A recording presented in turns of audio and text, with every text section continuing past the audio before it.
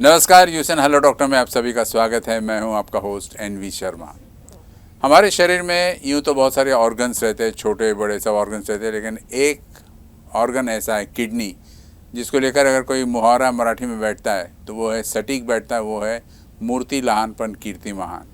ये इसलिए बोल रहा हूँ क्योंकि है छोटी सी चीज़, आपके मुट्ठी की साइज़ की किडनी है, आपके वर्टिबल कॉलम के आइदर साइड पर एक एक किडनी, एक स्पेयर किडनी वैसे देखा जाए तो, क्योंकि एक ही किडनी से काम होता है। लेकिन इस छोटी सी किडनी से लेकर कई सारे टॉक्सिक वेस्ट या एलिमेंट्स रिमूव हो जाते हैं और हमारा शरीर स्वस्थ रहता है।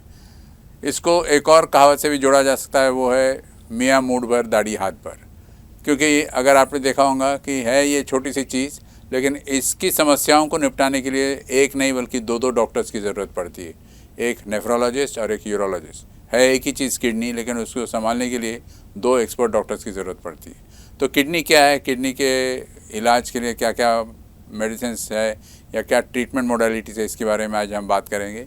लेकिन मैं ये बता दूं कि आज हमारे पास जो मेहमान आए वो स्वास्थ्यम हॉस्पिटल विवेकानंद नगर नागपुर के डॉक्टर मिलिंद देकाटे यहाँ पर मौजूद है, जिन्होंने MBBS नागपुर से करने के बाद MD नायर हॉस्पिटल बॉम्बे से किया, उसके बाद ये DNB गुजरात से किया इन्होंने, और उसके बाद फिर कोकिलाबेन धीरूभाई अंबानी हॉस्पिटल से इन्होंने एसोसिएट कंसल्टेंट के तौर पर भी कार्यरत किया। वहाँ से अपोलो हॉस्पिटल बिलासपुर में इन्होंने 4.5 साल तक कंसल्टेंट नेफ्रोलॉजिस्ट के तौर पे काम किया, और आज स्वास्थ्यम हॉस्पिटल में कंसल्टेंट के तौर पे कार्यरत है। इनकी विशेष रुचि के बारे में बताया तो ये renal transplantation, peritoneal dialysis, haemodialysis में एक्सपर्ट तो है। 2000 से ज़्यादा इन्होंने किडनी बायोप्सीज किया और 1000 से ज़्यादा परमानेंट कैथा ट्यूब और टनल कफ कैथेटर भी इंसर्ट कर चुके हैं। बहुत सारे एक्सपीरियंस हैं इनके पास। आज हम इनसे रूबरू होंगे। नमस्कार सर। बहुत बहुत धन्यवाद सर। सभी सर, इससे पहले कि मैं किडनी के बारे में बात करना शुरू करूं, अभी मैं जैसे बता रहा था नेफ्रोलॉजिस्ट और यूरोलॉजिस्ट होता है जो किडनी को ट्रीट करते हैं। तो एक्चुअली इन दोनों में डिफरेंस क्या है? नेफ्रोलॉजिस्ट कौन होता है, उसकी क्या ड्यूटीज़ है, और यूरोलॉजिस्ट क्या होता है और उसकी क्या ड्यूटीज़? तो यूँ समझिए सरल भाषा में कि यूरोलॉजिस्ट जो होते हैं वो किडनी संबंधी कहीं पे भी इंटरवेंशन या सर्जरी की ज़रूरत अगर पड़ती है तो वो यूरोलॉजिस्ट का डोमेन होता है। वो सर्जन्स होते हैं जैसे कि किसी को स्टोन हो जाए, किसी को स्ट्रिक्चर है, किसी को ब्लैडर डिस्फंक्शन है, किसी को प्रोस्टेटोमेगाली है, किसी को यूरेथ्रल स्ट्रिक्चर है, ये सब का ट्रीटमेंट जिसको सर्जरी लगेगी वो यूरोलॉजिस्ट काम करते हैं। बेसिकली वो सर्जन्स होते हैं। नेफ्रोलॉजिस्ट यानी जहाँ पे किडनी के ऐसे डिसीज़ है जिनको सर्जरी की ज़रूरत नहीं है बट अपने आप वो डिसीज़ है, जैसे कि न्यूमोनिया हम ऐसे अदर लैंग्वेज में जाने, वैसे किडनी के डिसीज़ है, ग्लोमेरुलोनेफ्राइटिस है, ट्यूबुलर इंटरस्टिशियल डिसीज़ है। Primary and secondary glomerular. Primary and secondary glomerulus एक जैसे हमारी जो किडनी होती है उसमें उसके फंक्शनिंग यूनिट एक फिल्टर होते हैं, उसके फंक्शनिंग यूनिट को नेफ्रॉन कहा जाता है। अच्छा। तो एक किडनी में लगभग 9 से 10 लाख यानी approximately 1 million nephron each kidney में होते हैं। अच्छा। और ये फिल्टर करते हैं। फिल्टर्स है ये। हाँ, ये ब्लड को फिल्टर करते हैं, इम्प्यूरिटीज यूरिन में निकाल देते हैं और प्योर ब्लड वापस शरीर में जाता है। तो ये नेफ्रॉन के पार्ट्स होते हैं जैसे कि glomerulus, proximal convoluted tubules, loop of Henle, distal convoluted tubule, collecting ducts, these are parts of nephron. तो जो डिसीज ग्लोमेरुलस को जो जहाँ पे फिल्टर होता है ब्लड, नॉर्मली वो GFR around 120 to 125 ml per minute होता है, यानी लगभग दिन में एक हेल्दी इंसान लगभग 180 टू 200 लीटर ब्लड फिल्टर करता है। तो उसके जो दिन भर में 24 घंटे में, तो उसके रिलेटेड जो डिसीज़ होते हैं जो सिर्फ किडनी को या ग्लोमेरुलस को अफेक्ट करने वाले डिसीज़ होते हैं, जैसे कि हमारे लैंग्वेज में minimal change disease, focal segmental glomerulosclerosis, membranous nephropathy, ये किडनी के प्राइमरी ग्लोमेरुलर डिसीज़ है। सेकेंडरी ग्लोमेरुलर डिसीज़ यानी क्या कि किडनी के अलावा भी कोई डिसीज़ है शरीर में और भी अंगों पे असर करता है, उसके साथ साथ किडनी को भी अफेक्ट करता है, ग्लोमेरुलस को अफेक्ट करता है। अच्छा। जैसे कि हम सुनते आ रहे हैं कि सिस्टेमिक ल्यूपस इरिथोमेटोसिस, और अगर वो किडनी को अफेक्ट करते हैं तो उसको बोलते हैं ल्यूपस नेफ्राइटिस। तो वो सिस्टेमिक ल्यूपस इरिथेमेटोसिस वैसे तो शरीर में हर जगह पे, बहुत सारे जगह पे अफेक्ट करते हैं। जैसे हेयर लॉस होता है, आंखों में अफेक्ट कर सकते हैं, माउथ अल्सर्स आते हैं, फोटो सेंसिटिविटी होती है, जॉइंट पेन होता है, सीरोसाइटिस होता है, यानी फेफड़े के आजू बाजू में या हार्ट के आजू बाजू में पानी भर जाता है, जॉइंट पेन होते हैं, लंग को अफेक्ट करते अच्छा, हैं। अगर किडनी वैसे ही malfunction करता किडनी है। को भी अफेक्ट करता है। हाँ, अच्छा। तो दीज आर सेकेंडरी, उसको बोलते हैं कि secondary glomerular disease. It is not only related Restricted to to- the glomerulus, but it involves other systems parts of and other parts or other organs of the body. अच्छा, like diabetes है, diabetes ऐसे नहीं कि सिर्फ kidney को ही affect करें, हाँ, but आँखों का किडनी को भी अफेक्ट करते हैं। जैसे डायबिटीज आँख को अफेक्ट करते हैं, जैसे रेटिनोपैथी होती है, स्मॉल नसें जिसको बोलते हैं नर्व्स, न्यूरोपैथी, वैसे लार्ज वेसल्स को भी अफेक्ट कर सकते हैं। हार्ट अटैक आता है, स्ट्रोक आता है, डायबिटिक फुट होता है जहाँ पे गैंग्रीन हो सकता है, इन्फेक्शन हो सकता है, पैर काटने की नौबत आती है। वैसे ही वो किडनी में भी अफेक्ट करते हैं, तो उसको secondary glomerular disease, like that amyloidosis है सेकेंडरी। तो ये किडनी के डिसीज मेडिसिन से जहाँ पे ट्रीट होते हैं विदाउट इंटरवेंशन, वो नेफ्रोलॉजिस्ट, वो नेफ्रोलॉजिस्ट का डोमेन है। मतलब एक प्रकार से वो फिजिशियन है। हाँ, फिजिशियन है। और किडनी फेल्यूर के बाद, किडनी फेल्यूर के बाद का भी आगे का ट्रीटमेंट, कौन सा डायलिसिस करना है, क्या डायलिसिस बेटर रहेगा, वो सब नेफ्रोलॉजिस्ट का पार्ट है। इवन किडनी ट्रांसप्लांट के पहले भी क्या रिसिपिएंट का क्या इवैल्यूएशन करना है, डोनर का क्या इवैल्यूएशन करना है, उनमें मैचिंग है कि नहीं, क्या इम्यूनोसप्रेशन देना है, क्या इंडक्शन देना है, आगे ये डोनर सूटेबल है कि नहीं, पोस्ट ट्रांसप्लांट फॉलोअप, वो भी सब नेफ्रोलॉजिस्ट का डोमेन है। But operative part during transplant is surgery part, surgery part is done by urologist in consultation with nephrologist, in consultation with nephrologist. They have to work together as a coordinate करना है। Coordinate. अभी मेन मुद्दे पर आते sir, what is kidney? Kidney, तो kidney ऐसा, जैसे किडनी बीन्स, हमने राजमा सुना होगा, राजमा शेप का ऑर्गन होता है, लगभग ये मुट्ठी के आकार का होता है। वो हमारे वर्टेब्रल कॉलम के आइदर साइड होता है, दो होते हैं, और एब्डोमेन में पीछे के साइड में होते हैं। तो उनका मेन काम है कि अपने ब्लड को फिल्टर करना। जो हमारे बॉडी में day to day Toxic activity में मेटाबॉलिक वेस्ट प्रोडक्ट जो तैयार होते हैं, urea, creatinine and other uremic toxins, उसको यूरिन के द्वारा बाहर निकाल लेना। दूसरा काम है कि हमारे शरीर में इलेक्ट्रोलाइट्स जैसे सोडियम, पोटेशियम, क्लोराइड, इनका बैलेंस मेंटेन रखना। शरीर में पानी की मात्रा मेंटेन करना, या यूँ समझे ऑस्मोलैरिटी होती है, एक सॉल्वेंट और सोल्यूट। तो ये सॉल्वेंट में सोल्यूट का कितना प्रमाण होना चाहिए, उसको रेगुलेट करना किडनी का काम होता है। बहुत सारे टॉक्सिन्स या ड्रग्स हम लेते हैं, उसको किडनी एक्सक्रीट करती है। बहुत सारे ड्रग्स किडनी के द्वारा एक्सक्रीट होते हैं। उसके अलावा भी ये बोन मेटाबॉलिज्म जैसे कैल्शियम, फास्फोरस और production of active vitamin D भी किडनी से होता है। उसके अलावा हमारी जो ब्लड पेशी जहाँ पे बनती है बोन मैरो में, वहाँ पे किडनी एक इरिथ्रोपोइटिन नाम का कुछ हार्मोन्स रिलीज करती है, वो रेड सेल प्रोडक्शन में हेल्प करता है। मतलब ओवरऑल किडनी का एक बहुत इंपॉर्टेंट फंक्शन है, बहुत important इसलिए मैंने कहा कि मूर्ति लहान और कीर्ति महान है। और उसका आर्किटेक्चर देखोगे आप कि वो जैसे कि वैसा रेप्लिकेट नहीं हो सकता। एक बार बनने के बाद नया दूसरा कोई उसको बना नहीं सकता है। जैसे ब्रेन सेल्स होते हैं कि एक बार ब्रेन डैमेज होने के बाद नहीं बन नहीं सकते, वैसे उसका किडनी का जो फिल्टर होते हैं मेम्ब्रेन्स, जैसे एंडोथेलियम और ग्लोमेरुलर बेसमेंट मेम्ब्रेन और पोडोसाइट्स, तो they do not have a regenerative capacity. अच्छा, कि डैमेज हुआ कि वो फिर से रीजनरेट नहीं होता है। क्या कारण है सर कि एक किडनी से भी काम होता है, लेकिन नेचर ने, कुदरत ने दो किडनी देखे, एक स्पेयर पार्ट बोलते लोग, कोई तो कोई कहता है कि सिमेट्री के लिए पार्ट नहीं कहा जा सकता है। जैसे कि देखेंगे हम, किडनी डिसीज वैसे बर्थ से भी चालू हो सकता है। उसको बोलते हैं कि बॉडी वेट और नेफ्रॉन मास। जैसे हमने बताया कि एक एक किडनी में लगभग 9 से 10 लाख फिल्टर होते हैं या नेफ्रॉन्स होते हैं। तो जितने नेफ्रॉन्स चाहिए उतने रहने चाहिए। अगर समझो कोई बच्चे को इंट्रा यूट्राइन ग्रोथ रिटार्डेशन हुआ कोई कारणवश, इसको बर्थ वेट गेन नहीं हुआ, तो उसी पीरियड में किडनी का डेवलपमेंट होता है और किडनी के नेफ्रॉन नंबर भी कम होते हैं। और ऐसा पाया गया है कि ये लोग आगे जाके उनको क्रोनिक किडनी डिसीज होने के चांसेस अदर जो बेबी है जो नॉर्मल वेट वाले हैं उनसे ज़्यादा होता है। यानी कि वो नेफ्रॉन नंबर भी इम्पोर्टेंट है।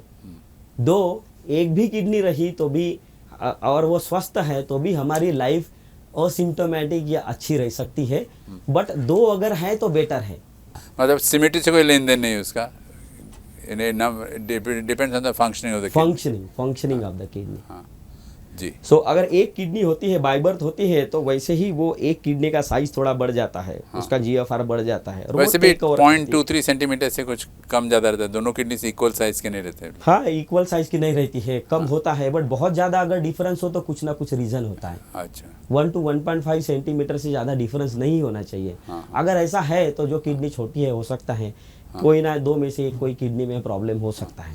वो कौन से डिजीज है जो किडनी को अफेक्ट करते हैं जिससे कि हेल्थ बिगड़ती है उससे किडनी? हाँ, अभी वैसे कैटेगराइजेशन किया जाए किडनी डिसीज का, तो ब्रॉड तौर पर मैं ये बोलूँगा कि ग्लोमेरुलर डिसीज़ है जो ग्लोमेरुलस को अफेक्ट करते हैं, जिसमें मैंने जैसे बताया अभी कि minimal change disease, FSGS, membranous nephropathy, then secondary glomerular disease में diabetes nephropathy, lupus nephritis, ANCA associated vasculitis, anti GBM disease, ये secondary glomerular disease. Glomerular disease one part. दूसरा बोलेंगे कि ट्यूबुलर इंटरस्टिशियल डिसीज।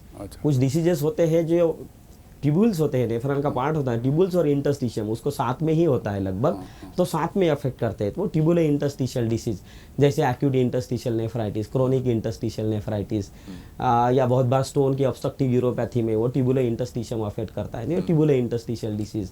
दूसरे होते हैं वस्कुलर डिसीज, छोटी या बड़ी आर्टरीज को, जैसे किडनी को एक आर्टरी होती है सप्लाई करने वाली, ब्लड फिल्टर होता है, यूरिन बनता है और वेन से फिर से ब्लड बॉडी में चला जाता है, फिल्टर ब्लड।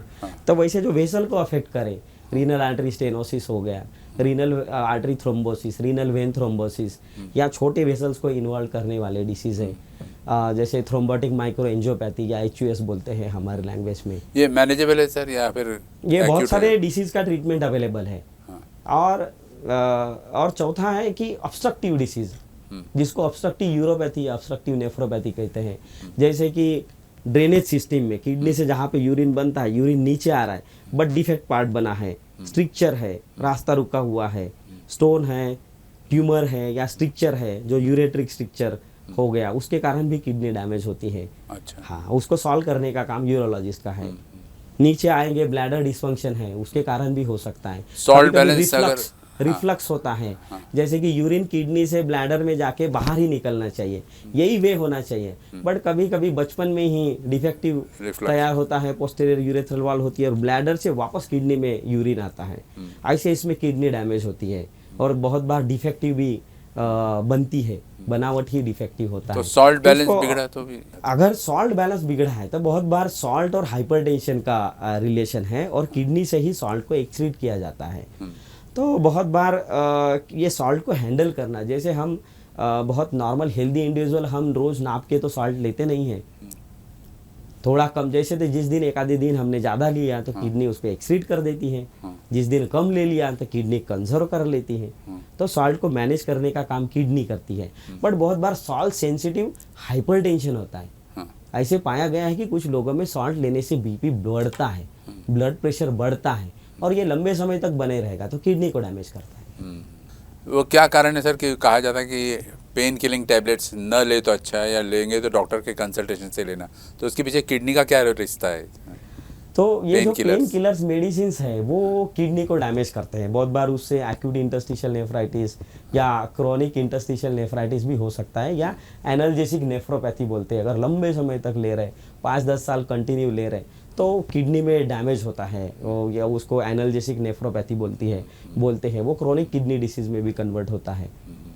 तो इसीलिए ये पेन किलर्स अपने आप से नहीं लेने चाहिए, क्योंकि वो इतना ओवर द काउंटर ड्रग्स, उसको ओवर द काउंटर ड्रग्स बोलते हैं। जहाँ पे भी हम मेडिकल वाले के पास जाते हैं और अपने आप से भैया दर्द की दवाई दे देना, खरीद लेते हैं, खा लेते हैं, बट वो धोखादायक हो सकता है, आपको पता ना चले एक टैबलेट भी कभी कभी आपकी किडनी को डैमेज कर सकती है। और जो पेशेंट का किडनी में ऑलरेडी प्रॉब्लम है, जैसे किसी को हार्ट डिसीज है, ऑलरेडी कार्डियक आउटपुट कॉम्प्रोमाइज्ड है, जिसका लीवर डिसीज है, और उसमें अगर आप ये पेन किलर मेडिसिन लेते हैं तो किडनी में डैमेज होने के चांसेस कई गुना बढ़ सकते हैं। जी, किस एज में अफेक्ट करता है सर ये? वैसे तो ये मतलब किडनी डिजीज इन जनरल बोल रहा हूँ, किडनी डिसीज इन जनरल अभी इतने सारे तो कैटेगरी मैंने बताए, जैसे मेन पार्ट बताए थे, glomerular tubular interstitial disease, vascular disease और ऑब्स्ट्रक्टिव यूरोपैथी। तो ये बचपन से लेके इवन फीटस से लेके ओल्ड एज तक के अफेक्ट करता है। फीटस से लेके ओल्ड एज तक कहीं पे भी ये आ सकता है।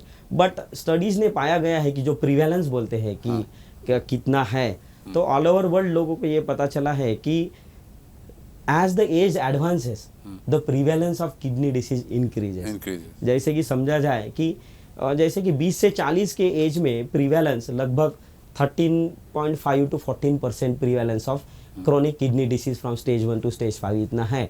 बट वही मोर देन 70 एज अगर पकड़े तो उसमें लगभग 27-28% है, ऑलमोस्ट डबल हो गया। सर एक इम्पॉर्टेंट बात अभी आपने कहा, इसमें दो टाइप के डैमेजेस होने की चांसेस है किडनी के, एक तो क्रोनिक डैमेज, किडनी डैमेज, और एक एक्यूट किडनी डैमेज। तो इन दोनों में फ़र्क क्या है, और ज़्यादा सीवियर कौन सा रहता है या कॉमन कौन सा रहता है? तो वैसे तो एक्यूट किडनी इंजुरी कॉमन है। एक्यूट किडनी इंजुरी यानी जिसको हम समझे कि तात्पुरता डैमेज, किडनी में कुछ दिन पहले ही स्वस्थ थी बट अभी अभी डैमेज आया, अच्छा। उसको बोलते हैं within a week damage. और उसको डायग्नोसिस करने के लिए दो क्राइटेरिया होते हैं। एक तो आपका यूरिन आउटपुट या यूरिन फ्लो जितना रहना चाहिए वो कम है, वो लेस देन 0.5 ml पर kg per hour for more then 6 hours, ऐसे अगर कम है तो उसको एक्यूट किडनी इंजुरी बोलते हैं। और वो विद इन 7 days होना चाहिए। या राइज इन क्रिएटिनिन, या उसका उल्टा पकड़े डिक्रीज इन किडनी फंक्शन या डिक्रीज इन एस्टिमेटेड जीएफआर, उसको ईजीएफआर बोलते हैं। Rise in creatinine is decrease in GFR, ये डायरेक्टली प्रोपोर्शनल। हाँ, यानी ये क्रिएटिनिन एक ऐसा घटक है या एलिमेंट है ब्लड में, जैसे जैसे किडनी का कामकाज कम हो जाता है ब्लड में उसकी मात्रा बढ़ती है। तो ये हमें किडनी का function day to day activity में कैलकुलेट करने के लिए हेल्पफुल होता है। तो हम ये कैसे डिसाइड करते हैं सर कि एक्यूट है या फिर क्रोनिक है? तो विद इन 7 days जो डैमेज आया है, या तो डिक्रीज यूरिन आउटपुट या राइज इन क्रिएटिनिन, या किडनी में डैमेज आया है विद इन 7 days, ये एक्यूट है। यूजुअली ये रिकवरेबल होता है, बट कभी कभी ही ये रिकवरेबल नहीं होता है। और फिर कारण क्या है वो पता करने के लिए किडनी बायोप्सी या इन्वेस्टिगेशन, अदर इन्वेस्टिगेशन का जरूरत पड़ सकती है। बहुत बार इसमें भी डायलिसिस या ऐसे कोई प्रकार के जरूरत पड़ सकती है, वो टेम्पररी होता है और यूजुअली वो रिकवर होता है। क्रोनिक किडनी डिसीज यानी स्ट्रक्चरल और functional damage to the kidney which is there for more than 3 months। अच्छा, ये भी हो सकता है उसमें कि हमारे किडनी का फंक्शन नॉर्मल है, मतलब हो सकता है एट बर्थ नॉर्मल रहता होगा, क्रिएटिनिन नॉर्मल है, बट यूरिन में एबनॉर्मेलिटी है, यूरिन में हमारे प्रोटीन जा रहा है, यूरिन में रक्त कण या आरबीसी जा रहे हैं, यूरिन में डब्ल्यूबीसी कास्ट है, ये मोर देन 3 months अगर है, और फंक्शन भले ही नॉर्मल रहे, क्रिएटिनिन नॉर्मल रहे, तो भी वो किडनी डिसीज, वो क्रोनिक किडनी डिसीज होता है। या हमें autosomal dominant polycystic kidney disease है, या हॉर्सशू किडनी है, किडनी जुड़ी हुई होती है। मेन कॉज क्या है सर इसका? अभी क्रोनिक किडनी डिसीज का main cause, chronic kidney all over the world, chronic kidney disease का मोस्ट कॉमन कॉज है uncontrolled diabetes. Diabetes is the commonest cause of chronic kidney disease all over the world and it is rising. Next common cause है hypertensive nephropathy, hypertensive nephrosclerosis, then primary glomerular disease, tubulo interstitial disease, then secondary glomerular disease. उसके बाद number आता है जैसे कि myeloma, multiple myeloma, cast nephropathy and the neoplasm involving the kidney. ये these are the common, but top most diabetes, hypertension, glomerular disease. इसके कारण उसको मैनेज कर सकते हैं सर? हाँ, मैनेज कर सकते हैं। डायबिटीज के लिए तो prevention is better than cure. So आपको जब भी डायबिटीज आपको डायग्नोज हो जाए या पता चल जाए, उसी समय से आपको केयर लेना बहुत ज़रूरी है कि अपना डायबिटीज़ कंट्रोल रहे। बहुत बार हम एडवाइस करते हैं कि वीक में 2 से 3 बार आप अपना फास्टिंग ब्लड ग्लूकोज लेवल और post prandial blood glucose level करें। फास्टिंग ब्लड ग्लूकोज 90 टू 100 110 के बीच में होना चाहिए, post prandial blood sugar less than 180 होना चाहिए, और 3 महीने में एक बार HbA1c करना चाहिए, वो 7% से लेस होना चाहिए। अगर ऐसे हम कंट्रोल रखते हैं लाइफ लॉन्ग, तो हमें बहुत सारे डायबिटीज से जो नुकसान होने वाले हैं उससे बचते हैं। लेकिन 90% लोग इसको कैजुअली लेते हैं। अगर कैजुअली लेते हैं तो मोर अप्रोक्सीमेटली ईयर्स का, यानी 10 ईयर्स से ज़्यादा अगर अनकंट्रोल डायबिटीज़ है तो आपको रेटिनोपैथी, किडनी डिसीज, न्यूरोपैथी होने के चांसेस कई गुना बढ़ जाते हैं। और एक बार ये डिसीज आगे चल पड़ता है तो उसको रिवर्ट कर पाना बहुत बार मुश्किल होता है। तो डॉक्टर साहब का कहना है कि stitch in time saves nine, समय रहते अगर आपने इसका इलाज कर लिया तो आप बाकी बीमारियों से या एसोसिएटेड बीमारियों से बच सकते हैं। सर एक इम्पॉर्टेंट पॉइंट पे आते हैं कि डायग्नोसिस कैसे करते हैं सर इनका, CKD का? क्रोनिक किडनी के डिसीज़ के लिए डायग्नोसिस वैसे तो हम पेशेंट से लक्षण के बारे में पूछते हैं। यूजुअली तो क्रोनिक किडनी डिसीज जो इनिशियल स्टेज में होते हैं बहुत कुछ खास लक्षण नहीं होते हैं। जैसे ही डिसीज एडवांस होता है, स्टेज 3, स्टेज 4, स्टेज 5, तब उसके लक्षण आना चालू हो जाते हैं, जैसे कि पैरों पे सूजन आना, आँखों के आजू बाजू में या मुंह पे सूजन आना, थकान महसूस होना, जल्दी थकावट महसूस होना, सांस फूलने लगती है किसी की, अपना कॉग्निटिव जैसे कि कंसंट्रेट करने में तक डिफ़िकल्टी हो सकती है, बहुत ज़्यादा हो गए तो उसमें फिट आ सकती है, बेहोश हो सकते हैं, फेफड़े के आजू बाजू में पानी भर सकता है, दिल के आजू बाजू में पानी भर सकता है, खून की कमी होती है। ये किडनी डिसीज़ के लक्षण होते हैं। बाद में उसको इवेल्युएट करने के लिए हम 2-3 टेस्ट करते हैं। उसमें first important is urine routine microscopy. उसमें बहुत बार पता चल जाता है वो ग्लोमेरुलर डिसीज़ है, ट्यूबुलर इंटरस्टिशियल है या और कुछ है।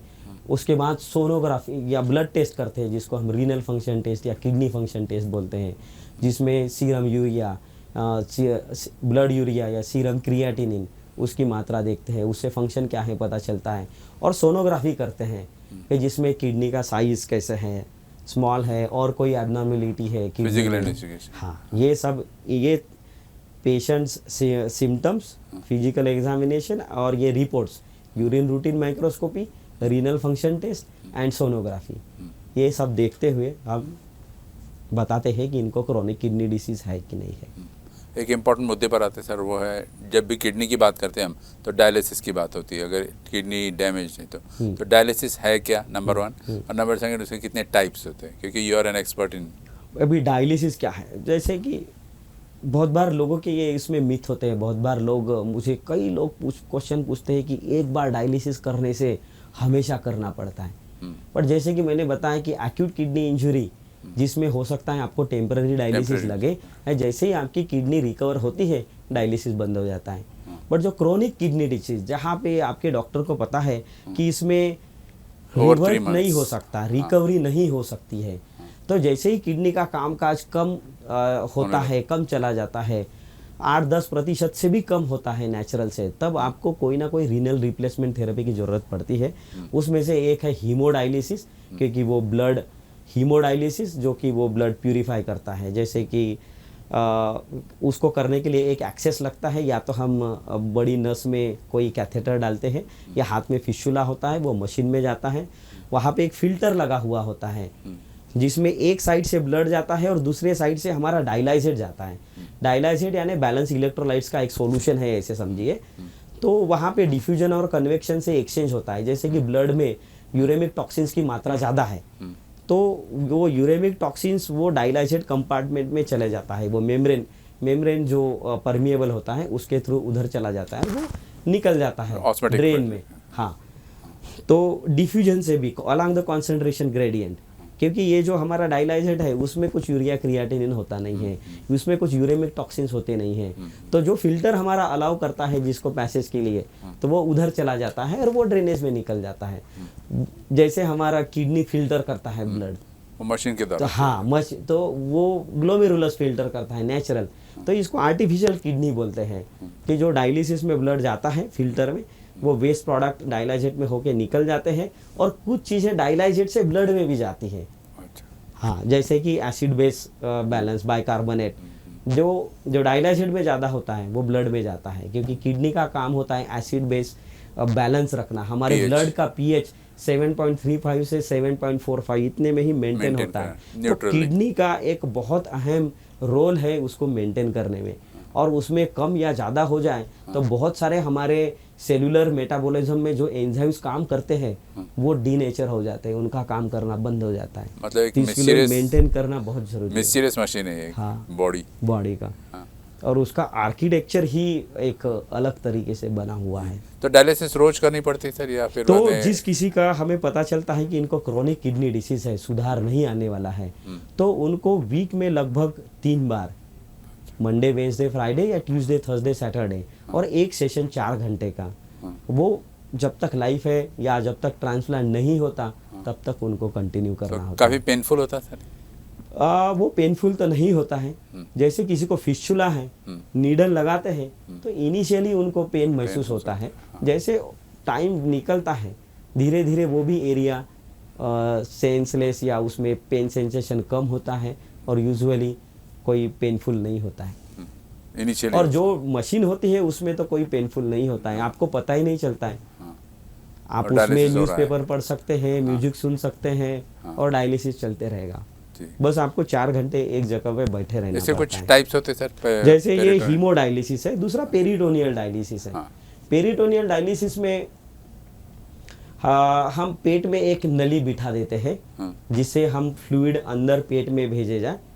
तो पेट में एक मेम्ब्रेन होता है, वो इंटेस्टाइन को और अपने एब्डोमिनल वॉल को कवर करते हैं, उसको पेरिटोनियल मेम्ब्रेन बोलते हैं। तो peritoneal membrane is act as filter या मेम्ब्रेन, उसके अलॉन्ग ब्लड वेसल्स होते हैं, और ये जो पानी डालते हैं वो डायलाइजेट होता है। तो ब्लड में अपने यूरेमिक वेस्ट प्रोडक्ट का कॉन्सेंट्रेशन ज़्यादा होता है, तो वो डिफ्यूज होके वो डायलाइजेट में आता है, जो पेट में जो पानी कैविटी में पानी जमा है उसमें आ जाता है। तो वो जो यूरेमिक टॉक्सिन्स है वो पानी में आ जाते हैं, पानी हम पेट में 4 से 6 घंटे रखते हैं, वो निकाल देते हैं, तो उसमें जो कलेक्टेड यूरेमिक टॉक्सिन्स है बाहर आ जाता है। फिर नया फ्रेश डालते हैं, अगेन कॉन्सेंट्रेशन ग्रेडियंट बढ़ता है, तो ब्लड से डिफ्यूज हो जाता है। ब्लड से वो पेरिटोनियल कैविटी में हमने जो फ्लूइड डाला है, पेरिटोनियल फ्लूइड, उसमें आ जाता है यूरेमिक टॉक्सिन्स, ये भी निकाल देते हैं। तो ऐसे दिन में 3 से 4 बार ये करना पड़ता है। दिन में 3-4 बार? दिन में 3 से 4 बार ऐसे रोज करना है? रोज करना है जब तक आप लाइफ है, या तो जब तक तो आपका व्हाई डू transplant प्रेफर नहीं होता है। People prefer peritoneal dialysis then? Peritoneal dialysis ऐसे इवन लिटरेचर भी बोलते हैं, क्योंकि ये होम डायलिसिस होता है, अच्छा। वो घर में किया जाता है, और उसका सभी जिम्मेदारी आपकी होती है, आप केयर करते हैं उसमें। और उसमें जो हम उसको बोलते हैं रेसिडुअल रीनल फंक्शन, यानी किडनी तो हमारी डैमेज हो रही है, हुई है, बट उसमें भी थोड़ा कुछ हिस्सा बचा हुआ होता है जिसको बोलते हैं रेसिडुअल रीनल फंक्शन, वो पेरिटोनियल डायलिसिस में मेंटेन होता है ज़्यादा देर तक। वैसे दोनों का इफिकेसी सेम है, दोनों में खर्चा लगभग सेम आता है, बट पेरिटोनियल डायलिसिस घर में कर सकते हैं, वो भी डेली करना है, और हीमोडायलिसिस में आपको हॉस्पिटल में जाना है। पेरिटोनियल डायलिसिस में ब्लड प्रेशर में ज़्यादा फर्क या कम ज़्यादा नहीं होता है। हीमोडायलिसिस में ब्लड प्रेशर आपका ऊपर नीचे हो सकता है।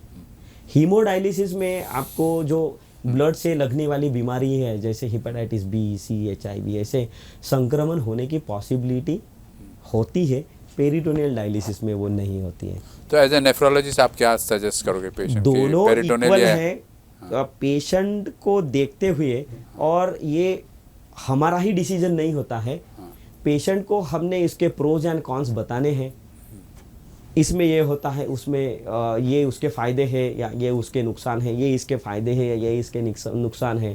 फिर पेशेंट जो करने के लिए रेडी है, उसमें अनपढ़ इंसान भी पेरिटोनियल डायलिसिस सीख सकता है।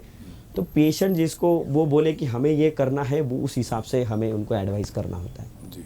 और उसके जो कुछ ट्रबल शूटिंग है या जो कुछ प्रॉब्लम आते हैं उनसे उनको हमें हेल्प करना है। Sir we are running out of time, लेकिन अगर आप क्विकली बता दें कि स्टोन्स क्या है, किडनी में कैसे अफेक्ट होते हैं, क्या परमानेंट क्योर है उसका? बहुत बार अपने बॉडी में या यूँ समझे यूरिन में कुछ स्टोन्स इनहिबिट करने वाले सब्सटेंस होते हैं, कुछ स्टोन्स प्रमोट करने वाले सब्सटेंस होते हैं। सो उसके इम्बैलेंस में बहुत बार ये पाया गया है कि स्टोन्स होते हैं। और बहुत बार जैसे स्टोन्स के 4 टाइप है, मेन, जैसे कि कैल्शियम कंटेनिंग स्टोन होते हैं, calcium oxalate are common stone. So calcium oxalate या कैल्शियम फॉस्फेट या mix calcium oxalate and calcium phosphate stones, these are most common 80% of stone. Then होते हैं स्ट्रूवाइड स्टोन, उसको ट्रिपल फॉस्फेट स्टोन बोलते हैं. वो बहुत बार इन्फेक्शन के चलते हुए या क्रोनिक इन्फेक्शन या कुछ बैक्टीरिया होते हैं प्रोटीएस वगैरह, उसके इन्फेक्शन में वो स्ट्रूवाइड स्टोन होते हैं. थर्ड नंबर आता है कि यूरिक एसिड स्टोन्स होते हैं एंड देन सिस्टीन स्टोन्स होते हैं.